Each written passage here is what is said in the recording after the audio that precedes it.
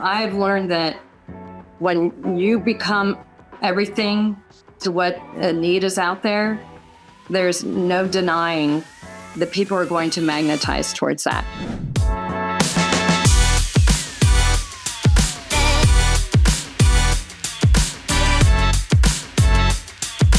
Welcome back to the show. I'm your host, Remington Ramsey, and today my guest is Chris Mosier. Is it Mosier? Mosier. Yes. Mosier. Yes. From the Columbus market. And she is the creator of a niche brokerage that I'm actually pretty excited about, Lakefront Living Realty. And today we're going to talk about lakefront franchising and how you got into that. Your story is pretty unique in that you thought you were going to be a lifer. You started with Remax, right? I was a Remax diehard. Yep. And so you got into conversations about potentially owning a franchise and growing it that way. But for the last 10 years, you've been growing this lakefront living real estate company that, and one of the coolest stats that I think is your website brings in over 105,000 hits every single month with only a few locations. So Tell me how you first got into selling lakefront in the first place. Well, it was interesting. I was residential, back in suburban Columbus, Ohio area, and I got married. I had a 5 and 7-year-old daughter, and my husband. Well, actually, no, they were a little bit older. They were 8, 9, 10. My husband had an 8-year-old son, and my girls were 9 and 10. We moved into their man cave house, and we realized we need a place that's a neutral ground. And my husband's mom had passed away, actually, who, similar to you, he'd grown up going to lakes in Indiana with his friends. And he's like, I don't want to use this money to pay off debt. Let's buy something. Let's buy a small lake house somewhere within 2 hours of here. Let's make that a neutral ground for blending this family. And so we bought it at Apple Valley. It was about an hour from Columbus. We bought a tiny little cottage, and it is still the fabric of our family 20 years later. I love that. I love that story. I grew up going to a lake up north in northern Indiana that my uncle had owned, and it had been in his family for 60 years. Mm-hmm. And I had said, the second I make enough money to get a small little cottage, and it is, man, our lake house is a shack. It's less than 600 square footage, but we got 70 foot of frontage. And so, when we're there, we're never inside. It's always outside on the water. And so I totally understand the dynamic of raising a family on the lake. And when I first heard that we had scheduled you for this show, I think sometimes people hear this and they're like, they think the direction of the show is going to be more about like lakefront houses and all that. And we can talk about that. But I think the cooler part of what you do is really create memories for families. And you talked about the fact that you just want to help families experience the experience that you have had. So what goes into those conversations when people are looking at investing for the first time? Right. And that's vital. And it impacts them because everyone thinks they just want the lake house with the views, right? It's about waking up and having your morning coffee and looking at that beautiful view and hearing the loons or ducks. But truthfully, like what it became for us and my passion behind it is we were there every weekend. We were diehards at the lake every weekend. And then the kids wanted to bring their friends there because we had so much fun. And then the friends' parents would come and pick up their kids or bring their kids. And then when they got into high school and sports, it was different families coming up and going back and forth with the kids and us having all those fun family memories. And just every weekend, it's just fun. I don't know how to explain life other than you're not inside. And we have my house still is it's probably the only one on the lake still that is 600 square feet too. It's a 24 foot cube, but man, we can jam 13 people in there and a pet has their own bed. But then even now my kids are going to be 30, going on 30 this year is crazy to me. 30, 28 and 27. And this weekend they're friends from college are coming in and high school still. I'm friends with their friends and their friends' parents still. Yeah. It just created a fabric of lake memories that you see in the movies, and it's real. And it just was a glue for our family and my friends and their friends. Well, it's interesting because families go through this process of almost like the passing of the torch of the patriarch or matriarch, right? So if you have holidays that you always spend at grandma's house, or if you have, times of the year where like whatever you're doing, you're going to a certain person's house, or you have a tradition. And then when families get older and people pass away, there's a passing of the torch. And what we're seeing in our own family is we're kind of to the point now where we have to be intentional, right? We're in our mid 30s. What are we creating? What are we planning? I mean, I've been in my career, I felt like there's been times where I just don't plan ahead, and before you know it, two years have gone by, and we just haven't gone on a vacation because Yeah. we didn't plan that, and we're not intentional. And so, one thing that I've been trying to watch is like with grandparents, great grandparents, and kind of like the dynamic of that. What are we doing for our kids so that they'll have not only places where they have memories, but events and things like that. But a lake house honestly takes care of a lot of that for you because it's so fun. It creates its own memories that people just Yeah. want to go up there, and then it takes that different shape depending on who you actually take up there, right? Because some people, you mentioned jet skis and boating and fishing, like Mhm. some people like to do that. Other people just literally, like my dad can't swim, so he literally just sits on the edge and reads and watches everyone else do that, and he likes to do that. That's so funny. That is my dad. And it's personality types. Like, well, after my husband threw me off on the tube once, I'm like, I'll never go tubing again. Oh But no. personal experience. But it's personality types. You can just Yeah. float out on the water on a raft. I mean, I love sunsets with a glass of wine and watching the sunset on a pontoon boat now. But my kids, they want to go out skiing every morning, or Right. whatever. So it's just all what you like. So we talked in the pre-show about, sometimes the bottleneck if you have a client that's buying a regular home from you, and sometimes they're at a crossroads. Do we put more money into our home, or do we take some of that money and start to save up for that second property? And now you've specialized in not just lakefront sales, but franchising. Right. So what got you into that conversation where you're like, "Hey, we're getting pretty good at this. Let's take this on the road." What was funny, I was actually in a partnership in Remax at a lake, and I saw how this need for buyers to look at just lake homes throughout Ohio. I had called myself Central House Lakefront Specialist, working just strictly with lakefront home buyers.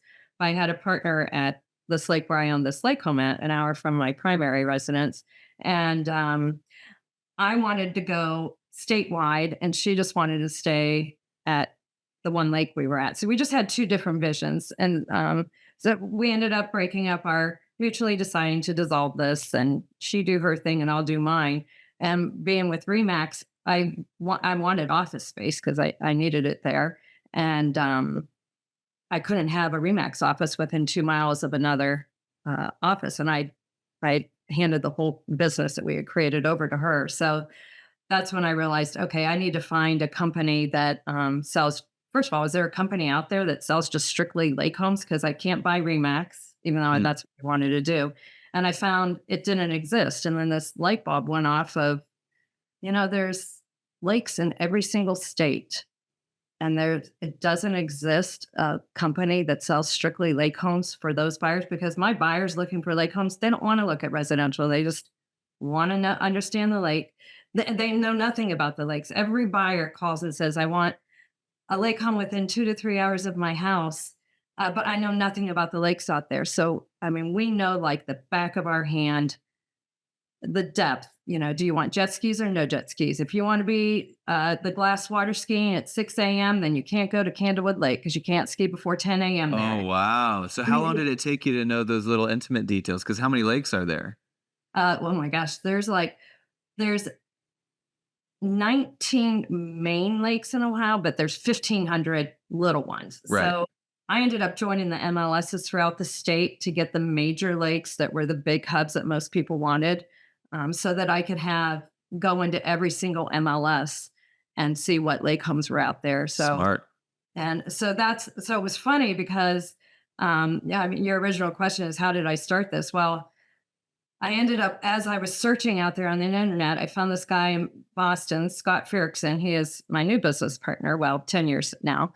Um, he had done I had expanded all throughout Ohio and and had this vision to even go on further, but I didn't know, and I do that because of my personality type. But I contacted him because he was had lakefront living realty in Massachusetts. And then I saw it in Rhode Island and Connecticut and New Hampshire. And I'm called him like, have you franchised this? He's like, no, I'm just a mom and pop guy that started this. But the same thing that happened for me in Ohio happened for him. And he started expanding into different states. And I said to him, And you I'm like, literally just called him because you Googled the name and you found him online? mhm, that's how Okay, this keep going. that's how God That's works. that's My crazy. crazy. But I said to him, I'm looking to buy a franchise because I just want to sell strictly lake homes. And he was already doing it. And he's like, I've always thought about franchising. What the difference with him and I was, I had joined every MLS and working each MLS and all this. He's the opposite side of the brain of me. He had actually created a website where all the MLSs came into his, for each state, into his website, just strictly lake homes and lake community homes. So, because some people want lake view, not necessarily lakefront or within a Yeah. lake community. And, um, and then the information on each lake. Like when I was trying to find my lake home, oh my gosh, I had to drive to him. I just couldn't find Yeah. it. I wanted to see him, and I did do that. Now, did But he have to pay for each MLS in order to do that, or was there? mhm, So he did join it, but he brought it to them instead of. I get what you're saying. yeah, So that oh, conversation, let's back up for a second. Do you think sure. Remax? So Remax, the reason why you even decided to leave Remax is because they have this rule where you can't have a brokerage within 2 miles of another brokerage. You're But correct. Yes. why did that matter so much to if you really liked Remax, was there even an option where you just put the office 2 miles away and you still sold under that brand? Did it really matter where the office was to you? So at the time when I dissolved that partnership, we had an office at the main entrance to Apple Valley Lake. And at that time, I thought I need to have this also because I still wanted to work there. Yeah. Which is funny now because I don't have an office. None of us do. We all work remotely. But at the time, I believed I had to have an office to get Yeah. that walk in traffic. Um, so I thought at the time I need to have brick and mortar. Mm. And there are some states like there's some states that actually require you to have brokers to have brick and mortar. Ohio is not one of them, but at the time I thought you have to do this, The and I board wanted requires to. it. They say if you're going to have a brokerage, you have to have brick and mortar. Some states do, yeah. Are you in any of those states with your franchise? Yep, yep. Tennessee and uh, Missouri, Hmm. you don't have to. Arkansas, That's yeah, fascinating. yeah. So it Do just you depends. think it's really funny because we've talked about this before, but I wonder like the ebbs and flows of real estate and just people working at home. Like right after obviously 2020, most people went back into their homes and commercial brokers really struggled. But I do think that there's gonna be I don't know if it's a 5 or 10 year period where everyone's gonna be kind of tired of working in their home and want to get back in and start. We kind of saw it last year, at least in some parts. Like I'm limited by my own experiences, but I saw just in Indiana people who'd worked from home for a couple of years be like, I want an office. I want to get out of here. The dog's barking, the kids are crying. Like I need an office. So I really wonder if we look back 10 years from now and kind of watch. I don't know what the numbers will be, but I feel like there's not going to be always a work from home environment. What do you think about that? It's funny. COVID. It used to be. It was everyone's second home or retirement home. Then COVID hit, and we saw it just do a 180-degree turn. And everybody started selling their residential homes and living at their lake house. Yeah. Um, Now I'm seeing it go back a little bit to that. And you're right. I'm going stir crazy. I'm with my wife now all the time, and we're both trying to work, and we can't talk in the house at the same time on business calls and stuff like that. But Well, part of that is age as well, because like my uncle, who I was mentioning before, he was in his mid 60s and was going to work another year, and then during COVID, just decided to retire a year or two early. And they actually did live up there. Now, this is a town. Here's what's interesting to me. That's a town of 900 people. And the closest metro is, probably 30, 45 minutes away, which is Fort Wayne. and Indy is 1.5 million people. Mhm. And it's just a completely different life that they're living. And he's not a unique story. A lot of people just decide to get out of the hustle and bustle and live in that small community. What they did find is a church. Like that was imperative because if they didn't have community, they'd just be on their own little island. And in the winter months in the Midwest, you're in Ohio, like it's Yeah. not the same experience living in a lake when there's snow on the ground and ice in the water. Yeah. No, that's true. Although we love going to the lake in the winter. It's beautiful. I love all Yeah. the seasons. So, Yeah. but You're just not on your pontoon with a glass of wine. no. So what But have you learned as you've grown this franchise? I'm really curious because I think there's people who will be listening to this that, we talk a lot about should I join a team? Should I be a single agent or should I start a team? But we know what we don't talk a lot about, at least on this show, is should I start a franchise? Should I be a broker and start a niche product here, a niche service? And you had never planned that and kind of fell into it. So what have you learned through the process? I've learned that when you become everything to what a need is out there, there's no denying that people are going to magnetize towards that. And also, like if you were going to get brain surgery, you wouldn't go to a heart doctor to do Yeah, that. People don't want a generalist; they want a specialist when it comes to lake homes.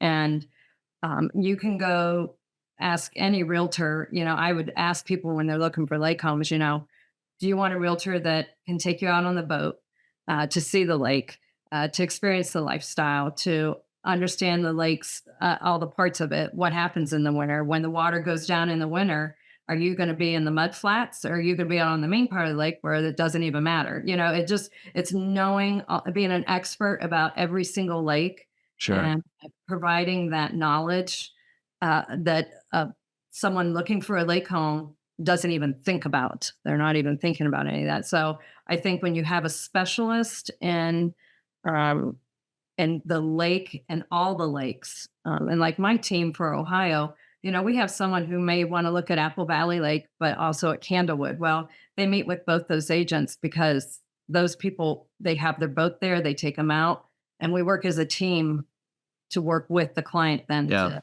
and find what they need. Yeah, there's especially with the NAR lawsuits, obviously this last year, there's this narrative amongst the consumer, and some of them watch CNN and think that realtors are collecting a paycheck for doing nothing. I've got to think that on the lake, a good realtor is worth their weight in gold. If you look at just even the lake that I'm on, there's places on the lake where it's mucky, there's no sand, so like you can't go swimming. You wouldn't know that if you just called the agent that's on the Zillow listing and bought that house. I almost did that. Mhm. There's some areas where there's a nasty wind with a nasty smell because you're downwind from parts of the lake that just smell. There's nothing you can do about it. There's parts of the lake where you have to troll for 20 minutes to get to the main part before you can actually go fast. So if you're going to go out on your boat, you have to budget at least 40 minutes just to get to it. And these are things that you would not know if you just, called the agent on the listing or, for sale by owner. I think I think it's time to take back the narrative. I don't know how to do it outside of me just being a champion. I'm not a realtor. I champion you guys all the time. But what do realtors need to do to get that message out there? What you're saying right now, I mean, we're not going to have a lot of consumers listening to this podcast and listen to what Chris has to say. How do you guys get in the word out there that you need a realtor for this? Well, within our website is our machine right now. And just showing the whole everything that we know about looking for a lake house. I mean, it's not just the homes, it's the lifestyle, it's everything that we just talked about. And then it's also, quite honestly, with most lake homes, you're in a multiple offer situation. So people now with this new NAR law think that they can just go to the listing agent and not have to pay a buyer broker fee. Oh my gosh. Well, how are you going to deal with a multiple offer situation on your own? And how are you going to draft an escalation clause? And because we do that in Ohio, and but just all these negotiating that even all realtors need to know, but especially in the lake market. And quite honestly, Honestly, at each lake now, we've become known and created that when people go to, if they do want to do for sale by owner, they call us and say, "Hey, I'm going to be selling my house. I just need your team to know this." If a realtor is getting a lakefront listing, they call us and say, "Hey, do you have any buyers?" And we always do. It's crazy. Um, but um, but most of the time, I mean, we have the insight to what listings are coming on because Yeah. we're in that niche. And I think as a buyer, if you're trying to do it all on your own, or there's just no way you can know all the facets to what's out there, what you want and where, and everything that you had mentioned, and then just negotiating. If you try and do it on your own, you're going to waste a lot of time and probably money. Yeah. Well, speaking of wasting time and money, we pride ourselves at Real Producers as being experts in marketing and branding, and you've been doing this for 20 years now. I remember when I bought my lake property, one of the swag pieces they gave me was a boat key floaty Yeah. and I used it for years. And I thought that was so smart because I mean I came from closing gifts where they would engrave their name on knives and then they were there forever. And like those little things work. What have you done that's been unique over the last few years or 20 years of marketing specifically around lake life? Oh, with marketing, there's always those little gadgets because everyone's grilling at the lake, Yeah. doing the marshmallow handles that are engraved with lakefront living, Oh, or, nice. we do all that kind of stuff. The the meat thermometers, just Yeah.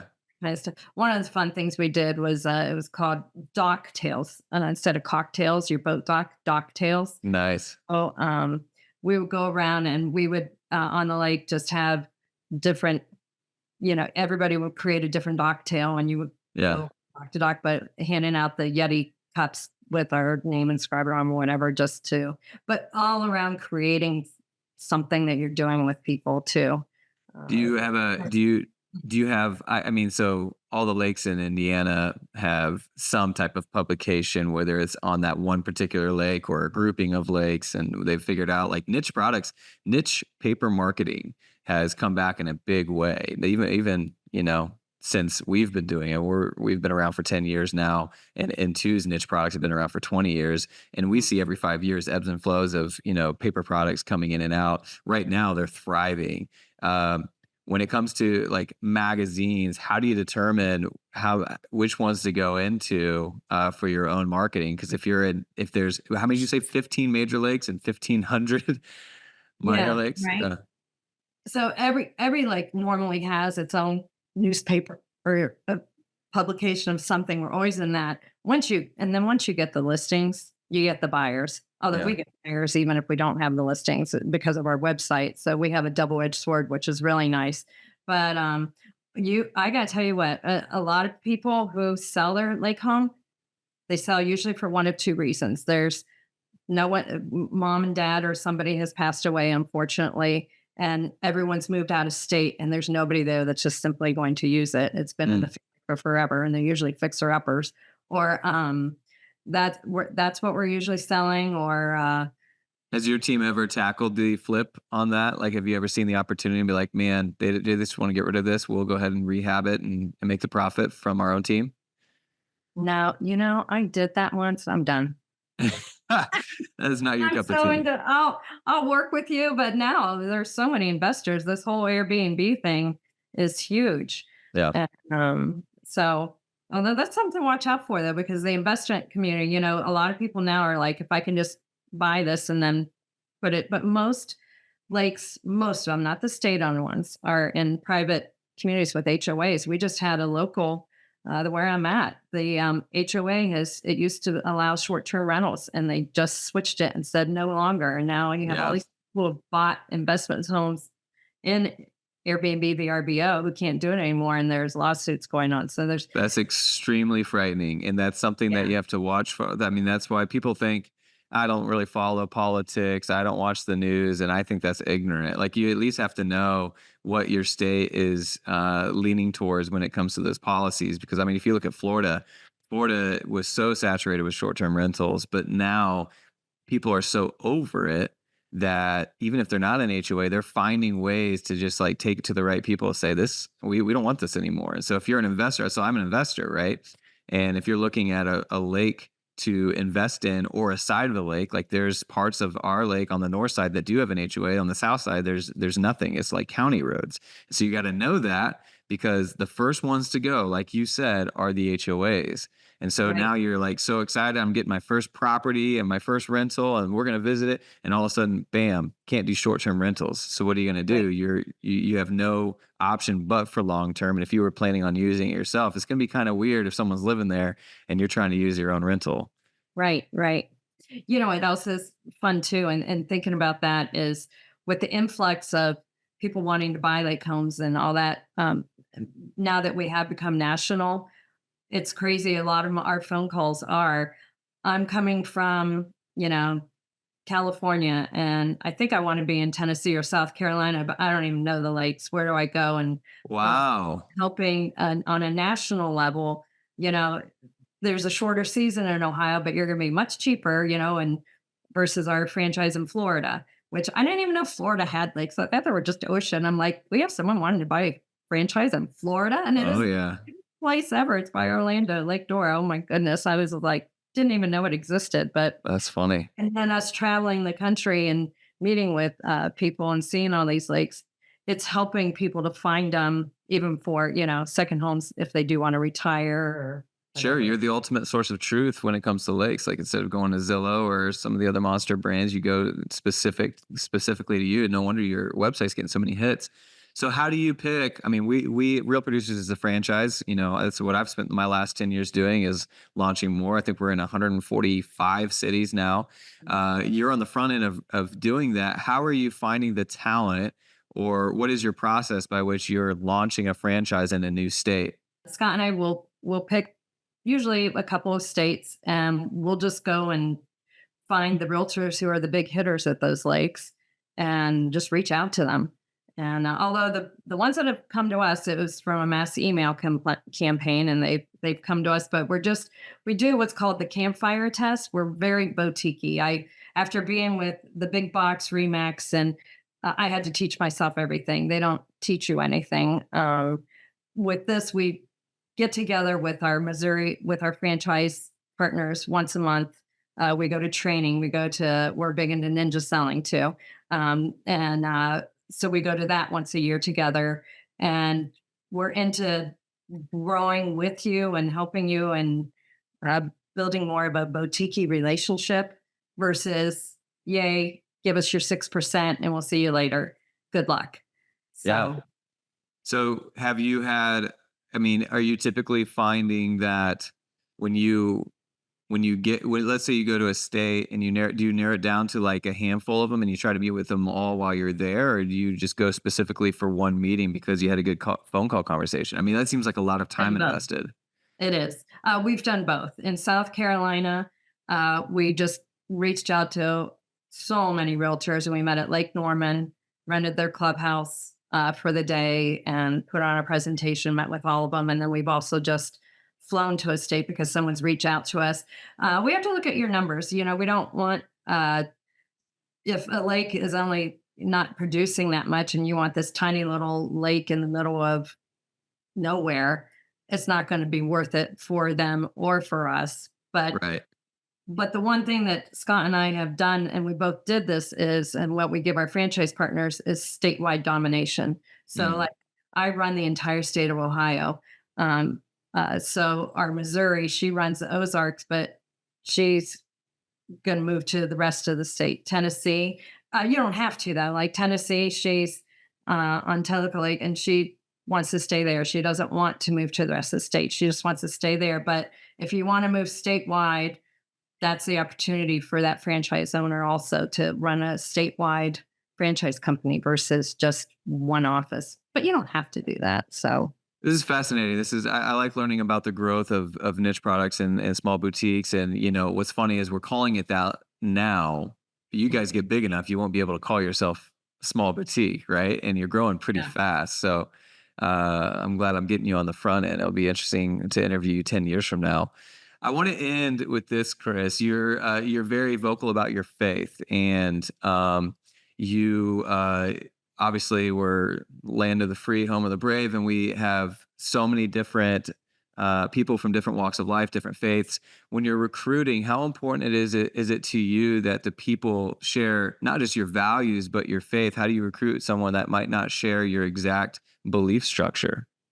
I don't make that a decision point. My business partner, Scott, and I don't have the same faith. And that's okay. God uses me and my journey and on my path. Maybe he'll use me to influence him. You just never know. But I don't know. So it's truthfully not a decision on what their faith is as much as do they have the passion for the lifestyle. That's Yeah. if you don't have that, and we get together with each person and we call it the campfire test.